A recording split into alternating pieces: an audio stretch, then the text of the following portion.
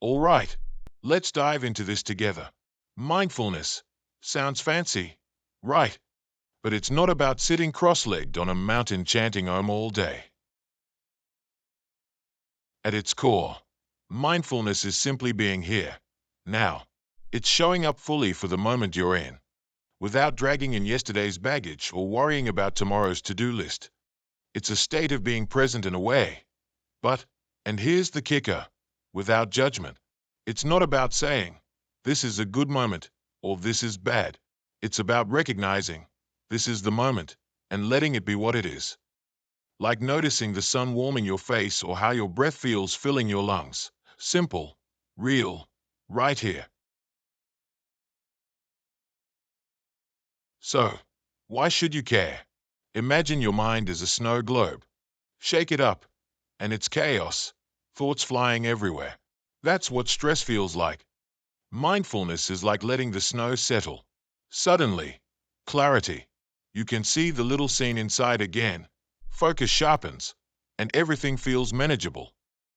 Practicing mindfulness reduces stress. Big win there. It also improves focus. You stop losing track of what's important. And perhaps the most beautiful part, it boosts self-awareness. You start catching yourself before snapping at a coworker or doubting your abilities. You notice your patterns and create space to choose better responses. Let me share a quick story. Picture this, a Monday morning. Inbox overflowing. My to-do list screaming for attention. I'm at my desk, heart racing, head spinning. Classic snow globe moment. But then I stopped, took one breath, just one, and noticed it. The way the air felt cooler going in, warmer coming out. That single moment, it shifted everything.